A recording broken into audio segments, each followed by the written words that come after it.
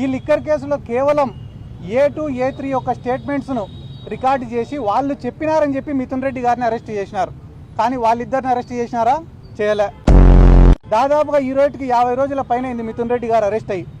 ఈ 50 రోజులలో ఆయనను విచారించాలని చెప్పి ఎవరైనా కస్టడీ పిటిషన్ వేసినారా? వేయలే. ఎందుకంటే మిథున్ రెడ్డి గారు కస్టడీకి పోతే అడిగేదానికి వీళ్ళ దగ్గర ప్రశ్నలు లేవు కాబట్టి. రాష్ట్రంలో 20-30 వేల మంది అమ్మాయిలు మిస్ అయినారన్నారు. దానికి ఆధారం ఉందా? అధికారంలోకి వచ్చినాక ఎవరైనా దాన్ని నిరూపించినారా? ఒక్క మహిళనన్నా తిరిగి తీసుకొచ్చినారా? ఒక్క కంప్లైంట్ అన్నా నమోదు చేసినారా? చేయలే.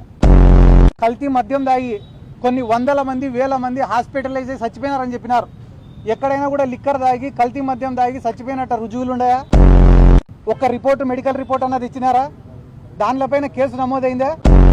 సోషల్ మీడియాలో పోస్ట్ పెడితే కేసులు నమోదు చేస్తున్నారే. మళ్ళీ ఇల్లీగల్ మద్యం దాగి కొన్ని వేల మంది హాస్పిటలైజ్ అయితే దానిపైన ఒక కేసు కూడా నమోదు కాదా? కావు. ఎందుకంటే అధికారంలోకి రావడానికి, సీఎం కుర్చీలో కూర్చునేదానికి మాత్రమే ఈ ఆరోపణలు అనేటివి పనికొస్తాయి. దానికి బెస్ట్ ఉదాహరణ ఏమరా అంటే మా జిల్లాలో ప్రీతిబాయ్ అనే అమ్మాయి. ఆ అమ్మాయి చావుని రాజకీయంగా వాడుకున్నారు. డిఎన్ఏలు మార్చేసినారట. ఒకవేళ మారిస్తే ఎవరు మార్చిండాలా సార్? ఆ రోజు తెలుగుదేశం పార్టీ అధికారంలో ఉంది కాబట్టి వాళ్ళు మార్చిండాల. పవన్ కళ్యాణ్ గారికి నా యొక్క రిక్వెస్ట్ ఏమంటే, ప్రీతిబాయ్ మర్డర్ కేసులో వాళ్ళ తల్లి, వాళ్ళ తండ్రి ఆరోపిస్తుండేది ఎవరి గురించో తెలుసా సార్? తెలుగుదేశం పార్టీ నాయకుల గురించి. మీరు ప్రశ్నిస్తే వాళ్ళని ప్రశ్నించండి, కానీ గత ప్రభుత్వాలని చెప్పి వైసీపీనో కాంగ్రెస్ పైనో ఈ నెపం నెట్టే ప్రయత్నం చెయ్యొద్దు.